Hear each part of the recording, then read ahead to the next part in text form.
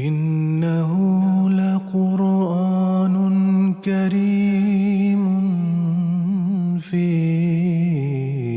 كتاب مكنون لا يمسه إلا المطهرون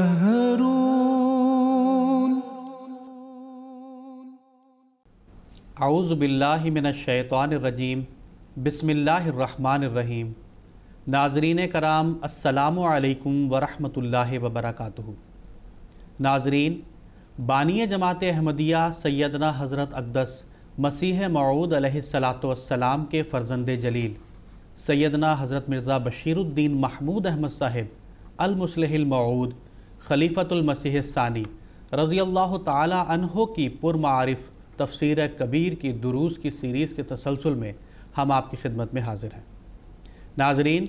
اس پروگرام میں خاکسار کے ساتھ محترم مولانا زین الدین حامد صاحب شامل گفتگو ہوں گے۔ میں آپ محترم کا اس پروگرام میں خیر مقدم کرتا ہوں۔ ناظرین، گزشتہ پروگرام میں یؤمنون بالغیب کی تفسیر جاری تھی۔ آج کے پروگرام میں اس کے اگلے حصے کو پیش کیا جائے گا۔ میں محترم مولانا زین الدین صاحب سے درخواست کرتا ہوں کہ آج کے درس کا آغاز فرمائیں۔ سیدنا حضرت خلیفۃ المسیح الثانی رضی اللہ تعالیٰ عنہ مزید بیان فرماتے ہیں،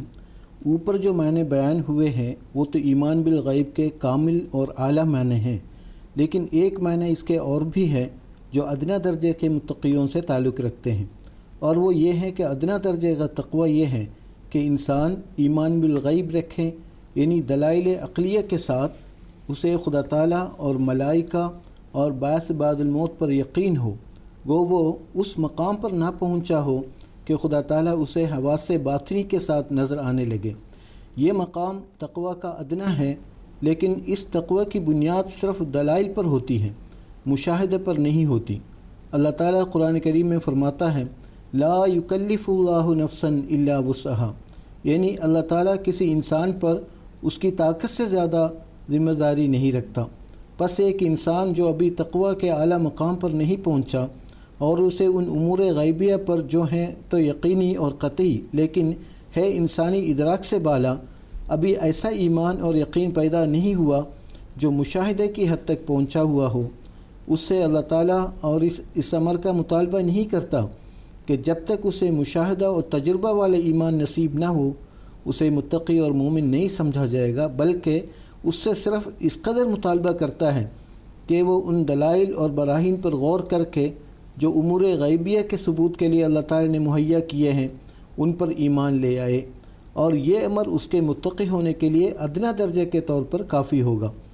اب دیکھو یہ کیسی اعلیٰ درجے کی تعلیم ہے جو سب مدارج کے انسانوں کی ضرورت کو پورا کر دیتی ہے، اور ایسی ہی تعلیم خدا تعالی کی طرف سے نازل ہونے والی کہلا سکتی ہے جو سب استعداد کے لوگوں کی ضرورتوں کو پورا کرنے والی ہو۔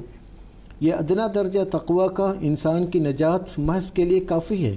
ہاں، جب وہ اس سے ترقی کرتا ہے تو اسے ایمان بالغیب کا وہ درجہ میسر آتا ہے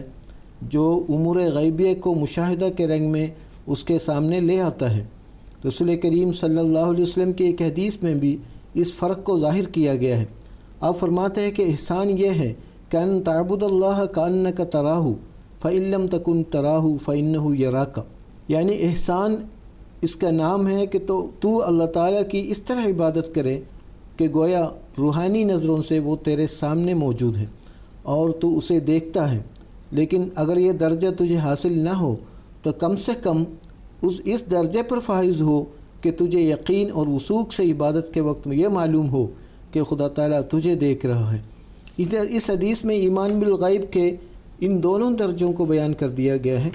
اعلیٰ درجے کو بھی اور ادنا درجے کو بھی۔ جی، اس کے بعد حضرت خلیفۃ المسیح ثانی رضی اللہ تعالیٰ عنہ غیب کے ایک اور معنی بیان فرما رہے ہیں۔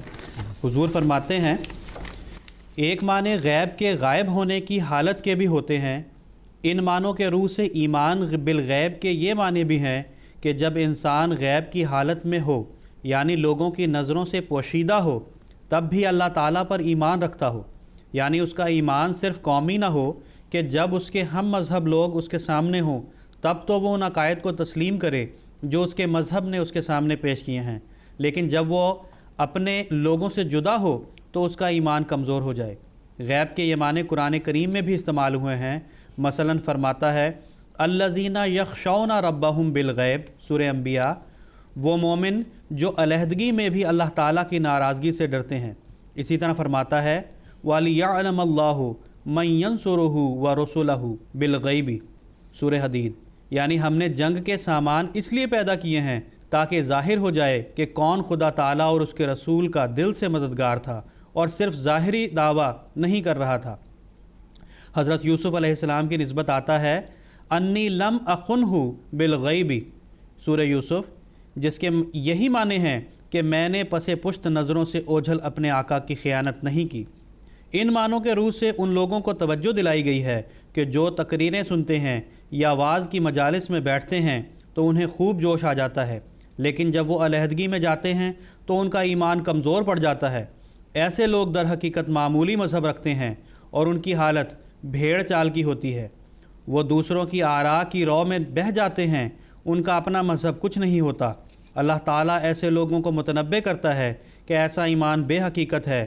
ایمان وہی ہے جو ذاتی ہو اور صرف دوسروں کے جوش کو دیکھ کر بھڑک نہ اٹھتا ہو،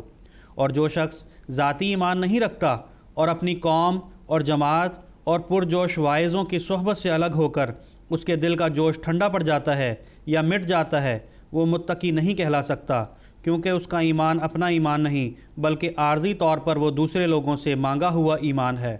ایسے لوگوں کی نسبت قرآن کریم میں دوسری جگہ فرمایا ہے وَإِذَا لَقُوا الَّذِينَ آمَنُوا قَالُوا آمَنَّا وَإِذَا خَلَوْا إِلَىٰ شَيَاطِينِهِمْ قَالُوا إِنَّا مَعَكُمْ إِنَّمَا نَحْنُ مُسْتَهْزِئُونَ، سورہ بقرہ، یعنی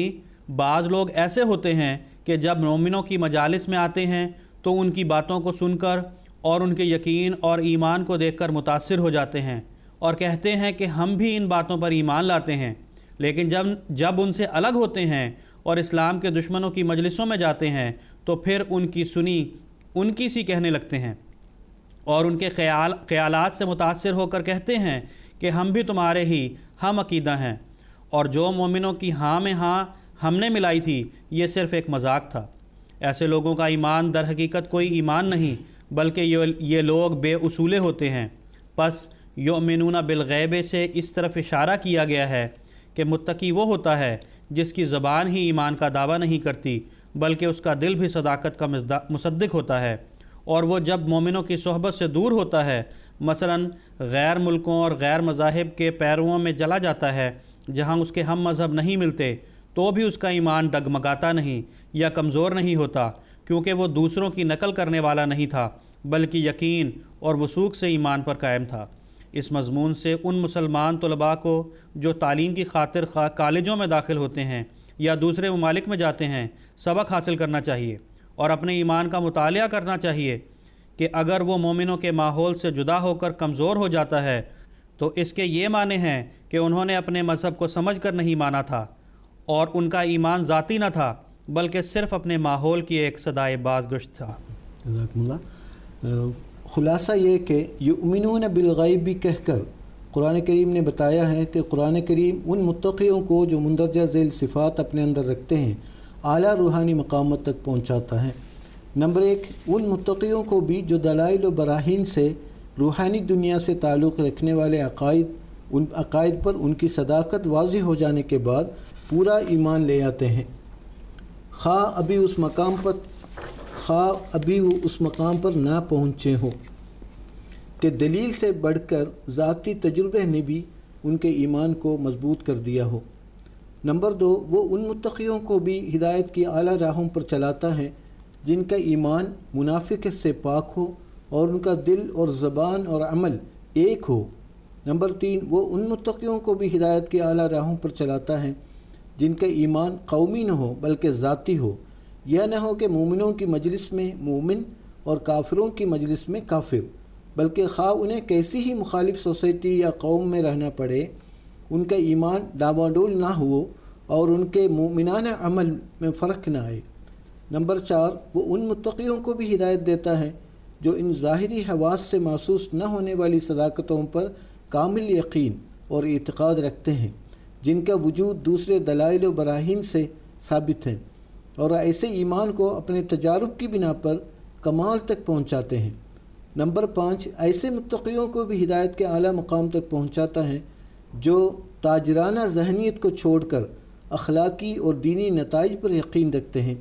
اور ان قربانیوں کے نیک نتائج پر یقین رکھتے ہیں جو بظاہر حالات مقبول ہوتی نظر نہیں آتی،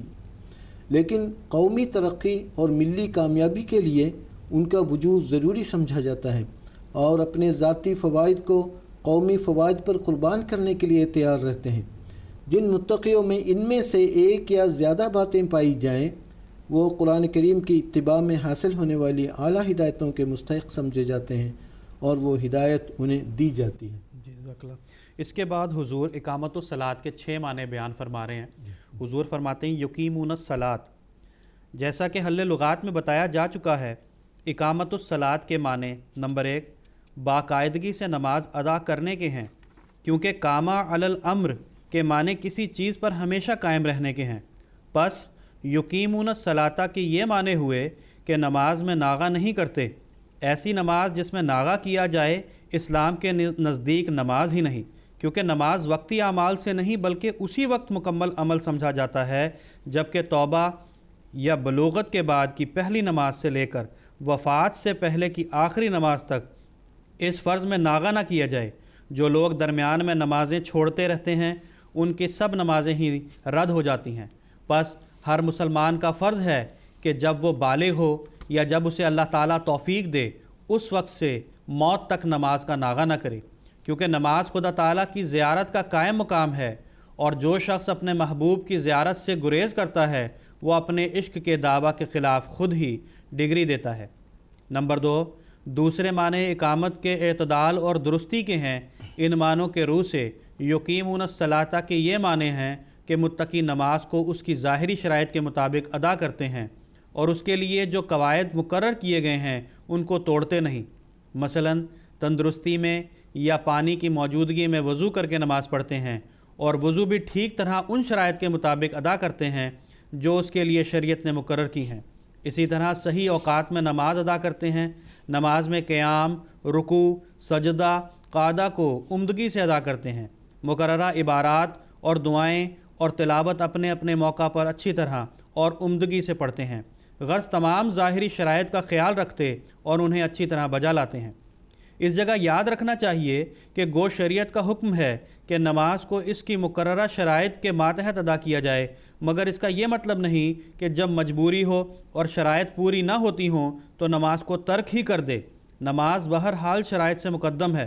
اگر کسی کو صاف کپڑا میسر نہ ہو تو وہ گندے کپڑوں میں ہی نماز پڑھ سکتا ہے، خصوصاً وہم کی بنا پر نماز کا ترک تو بالکل غیر معقول ہے، جیسا کہ ہمارے ملک میں کئی عورتیں اس وجہ سے نماز ترک کر دیتی ہیں کہ بچوں کی وجہ سے کپڑے مشتبہ ہیں، اور کئی مسافر نماز ترک کر دیتے ہیں کہ سفر میں طہارت کامل نہیں ہو سکتی۔ یہ سب شیطانی وساوس ہیں۔ لا یکلف اللہ نفسا الا وسعها، سورہ بقرہ۔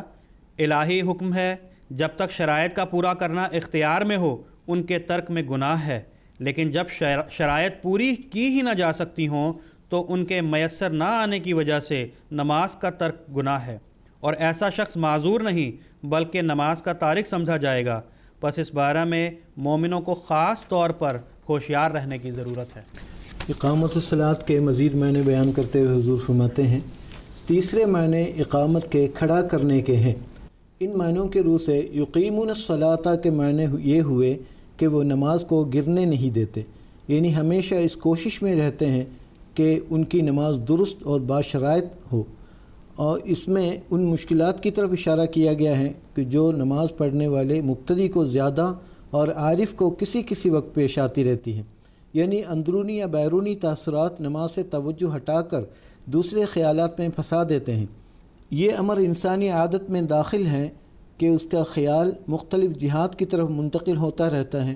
اور خاص صدموں یا جوش یا محبت کے اثر کے سوا جبکہ ایک وقت تک خیالات میں کامل یکسوئی پیدا ہو جاتی ہے، انسانی دماغ ادھر ادھر گھومتا رہتا ہے اور ایک خیال سے دوسرا خیال پیدا ہو کر ابتدائی خیال سے کہیں کا کہیں لے جاتا ہے۔ اسی طرح بیرونی آواز میں یا پاس کے لوگوں کی حرکات یا کھٹکے، بو یا خوشبو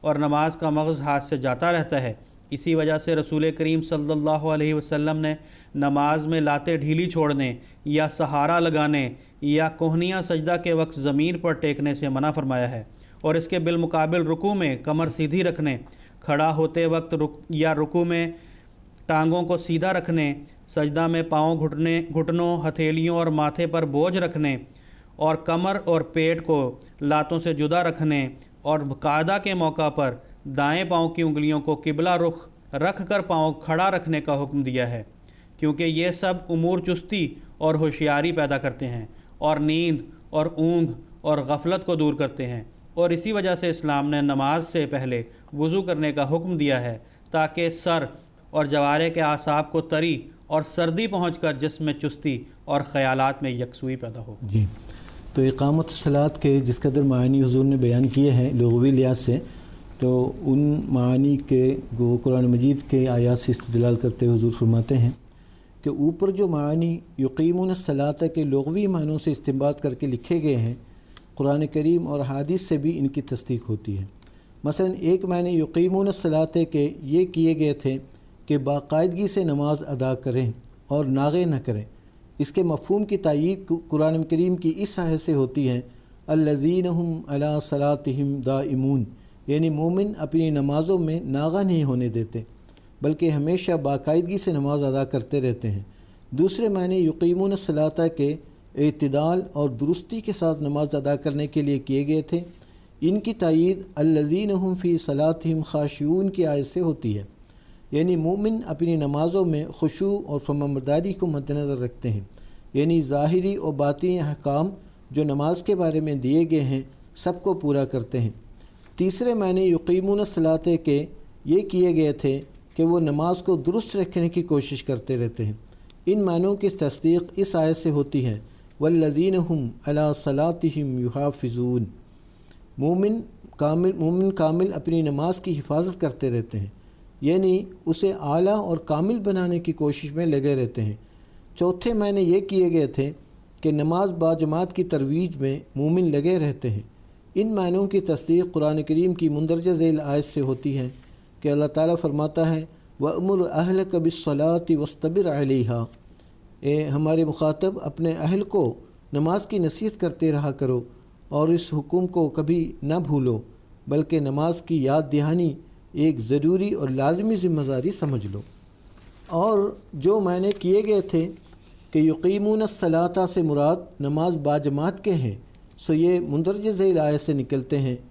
وَإِذَا كُنْتَ فِيهِمْ فَأَقَمْتَ لَهُمُ الصَّلَاةَ فَلْتَقُمْ طَائِفَةٌ مِّنْهُمْ مَعَكَ وَلْيَأْخُذُوا أَسْلِحَتَهُمْ، سورہ نساء، یعنی جب تو مسلمانوں میں موجود ہو اور نماز میں ان کی امامت کرائے تو چاہیے کہ مومن سب کے سب نماز باجماعت میں شامل نہ ہوں، بلکہ بوجہ جنگ کے ان میں سے صرف ایک حصہ نماز باجماعت میں شامل ہو اور وہ حصہ بھی اپنے ہتھیار اٹھائے رہیں۔ اس آیت میں اقمت لہم الصلاۃ کے الفاظ سے واضح ہو جاتا ہے کہ اقامت الصلاۃ سے مراد باجماعت نماز ہوتی ہے۔ ایک معنی یقیمون الصلاۃ کے یہ کیے گئے تھے کہ نماز ہوشیاری اور چستی کی حالت میں ادا کرتے ہیں، سو ان معنوں پر یہ آیت دلالت کرتی ہے فویل للمصلین الذین هم عن صلاتهم ساہون، یعنی ان نمازیوں پر خدا کا عذاب نازل ہوگا جو اپنی نمازوں میں غفلت برتتے ہیں، یعنی نماز تو پڑھتے ہیں مگر ان کے دلوں میں پوری طرح رغبت اور چستی نہیں ہوتی۔ اسی طرح ظاہری سستی اور غفلت کی طرف اس آیت میں اشارہ کیا گیا ہے، لا یأتون الصلاۃ الا وهم کسالی، یعنی وہ جب بھی نماز پڑھتے ہیں ان پر سستی اور غفلت غالب ہوتی ہے۔ اسی طرح قرآن کریم میں ہے یا بنی آدم خذوا زینتکم عند کل مسجد، الاعراف، یعنی اے مومنو ہر مسجد کے پاس جاتے ہوئے اپنی زینت کے سامان مکمل کر لیا کرو، یعنی وضو کر لیا کرو اور ہوشیار ہو جایا کرو۔ اسی طرح فرمایا یا ایھا الذین آمنوا لا تقربوا الصلاۃ وانتم سکارى حتی تعلموا ما تقولون، نساء، یعنی اے مومنو جب کہ تمہارے خیالات پراگندہ ہوں نماز کے قریب مت جاؤ، بلکہ اسی وقت نماز پڑھو جب کہ تم یہ جانتے ہو کہ تم کیا کہہ رہے ہو، یعنی دماغی پراگندگی یا سستی کی حالت میں انسان نہیں جانتا وہ کیا کہہ رہا ہے، اور اس کی نماز خراب ہو جاتی ہے، ایسی حالت میں نماز پڑھنی چندہ مفید نہیں ہوتی۔ اسی آیت کی مزید تشریح آگے حضور بیان فرما رہے ہیں۔ حضور فرماتے ہیں کہ اس آیت کا یہ مطلب نہیں کہ خیالات پراگندہ ہوں تو نماز نہیں پڑھنی چاہیے، بلکہ یہ مراد ہے کہ خیالات کو پراگندگی سے بچاؤ اور ذہنی بیداری اور چستی پیدا کرو، اور جو باتیں کہ پراگندگی کو پیدا کرنے والی ہیں انہیں دور کرو۔ اسی غرض کو پورا کرنے کے لیے اسلام نے حکم دیا ہے کہ نماز سے کچھ عرصہ پہلے اذان ہونی چاہیے، جسے سن کر مسلمانوں کو اپنے کاروبار ترک کر کے نماز کی تیاری شروع کر دینی چاہیے۔ اسی طرح یہ کہ نماز سے پہلے وضو کرنا چاہیے، پھر مسجد میں جا کر یا گھر پر سنتیں پڑھنی چاہیے، پھر مسجد میں امام کے انتظار میں ذکر الہی کرنا چاہیے۔ ان سب کاموں سے ظاہری اور باطنی سستی دور ہوتی ہے، کیونکہ خیالات میں پراگندگی اور سستی اسی وجہ سے پیدا ہوتی ہے کہ دھیان کسی اور طرف ہو، مگر جو شخص نماز سے پہلے اپنا کاروبار ترک کر دے گا، اس کے خیالات تو تجارتی یا دوسرے کاروبار کی وجہ سے یا گھر کے جھگڑوں یا فکروں کی وجہ سے پراگندہ ہو رہے تھے، آہستہ آہستہ نماز اور عبادت کی طرف پھر جائیں گے۔ پھر مسجد میں جانے اور سنتیں پڑھنے اور ذکر الہی کرنے کی وجہ سے وہ دوسری تمام طرفوں سے ہٹ کر عبادت اور نماز کی طرف منتقل ہو جائیں گے، اور وہ تمام ذرائع مہیا ہو جائیں گے جن کی وجہ سے نماز میں خیالات کی یکسوئی پیدا ہو سکتی ہے۔ اسی پراگندگی کی حالت کو دور کرنے کے لیے رسول کریم صلی اللہ علیہ وسلم نے حکم دیا ہے کہ اس حالت میں کہ پیشاب، پاخانہ وغیرہ کی حاجت معلوم ہو، نماز نہیں پڑھنی چاہیے، بلکہ پہلے ان حاجات کو پورا کرے پھر نماز پڑھے۔ اسی طرح رسول کریم صلی اللہ علیہ وسلم نے فرمایا ہے کہ اذا وضع العشاء واقیمت الصلاۃ فابدؤوا بالعشاء، یعنی جب شام کا کھانا سامنے آ جائے تو عشاء کی نماز سے پہلے کھانا کھا لیا کرو۔ اس میں اس طرف اشارہ ہے کہ کھانا سامنے آ جانے کے بعد خیال کھانے کی طرف رہے گا، پس پہلے کھانا کھا کر نماز پڑھی جائے تاکہ طبیعت میں یکسوئی پیدا ہو۔ اس حدیث میں جو شام کے کھانے کا خاص طور پر ذکر ہے تو اس کی وجہ یہ ہے کہ اول تو دوپہر کا کھانا نماز ظہر سے اس قدر نہیں ٹکراتا جس قدر کہ شام کا کھانا عشاء کی نماز سے ٹکراتا ہے۔ دوسرے اس میں اس طرف بھی اشارہ ہے کہ رات کو سونے سے پہلے کافی پہلے کھانا کھا لینا چاہیے تا نیند پریشان نہ ہو اور بدہضمی کی شکایت پیدا نہ ہو۔ اگر شام کے کھانے کو عشاء کی نماز کے بعد کے لیے اٹھا رکھا جائے تو چونکہ اسلام عشاء کے بعد جلد سونے کی ہدایت دیتا ہے تا تہجد کے لیے اٹھنے میں آسانی پیدا ہو، شام کے کھانے اور سونے کے وقت میں تھوڑا فرق رہ جائے گا اور صحت خراب ہوگی۔ جی، اب یہاں پر جو نماز کے لیے جو لفظ آیا ہے، صلاۃ کا لفظ جو ہے، اس کے لغوی معنی اور اس کی تصدیق قرآن مجید سے بیان کرتے ہوئے حضور فرماتے ہیں صلاۃ کے معنی حل لغات میں بتایا جا چکا ہے کہ دعا، رحم، دین، شریعت، استغفار، تعظیم، برکت اور مسلمانوں کی اصطلاحی عبادت کے ہیں۔ جب اللہ تعالیٰ کے لیے یہ لفظ بولا جائے تو اس کے معنی رحم اور برکت کے ہوتے ہیں، اور جب بندوں کے لیے استعمال ہو تو دعا، دین، شریعت، استغفار، تعظیم، عام عبادت یا مسلمانوں کی اصطلاحی عبادت کے ہوتے ہیں۔ چنانچہ درود شریف کے لیے بھی صلاۃ کا لفظ بولا جاتا ہے اور اس کے معنی دعا اور برکت اور تعظیم کے ہوتے ہیں، اور مطلب یہ ہوتا ہے کہ مومن اپنے آقا کے مدارج کی ترقی کے لیے دعا کریں، اس کے لیے خدا تعالیٰ سے برکت طلب کریں اور اس کی بڑائی بیان کریں۔ ان معنوں میں قرآن کریم میں یہ لفظ سورہ احزاب میں استعمال ہوا ہے۔ فرماتا ہے ان اللہ وملائکتہ یصلون علی النبی یا ایھا الذین آمنوا صلوا علیہ وسلموا تسلیما۔ اللہ اپنے رسول پر برکات نازل کرتا ہے اور اس کے فرشتے اس کے لیے دعائیں کرتے اور اس کی بڑائی بیان کرتے ہیں، پس اے مومنو تم بھی اس کے لیے دعائیں کرو اور اس کی بڑائی بیان کرو اور اس کے تمام احکام کی کامل فرمانبرداری کرو۔ استغفار کے خالص معنوں میں یہ لفظ سورہ توبہ میں استعمال ہوا ہے۔ وہاں آتا ہے وصلی علیہم ان صلاتک سکن لہم، یہ رسول جن سچے مومنوں سے کمزوریاں ہو جائیں تو ان کے لیے استغفار کر کیونکہ تیرا ان کے لیے استغفار کرنا ان کی تسلی کا موجب ہوتا ہے۔ دعا کے معنوں میں بھی سورہ توبہ میں یہ لفظ استعمال ہوا ہے۔ فرماتا ہے وَمِنَ الْأَعْرَابِ مَن يُؤْمِنُ بِاللَّهِ وَالْيَوْمِ الْآخِرِ وَيَتَّخِذُ مَا يُنْفِقُ قُرُبَاتٍ عِندَ اللَّهِ وَصَلَوَاتِ الرَّسُولِ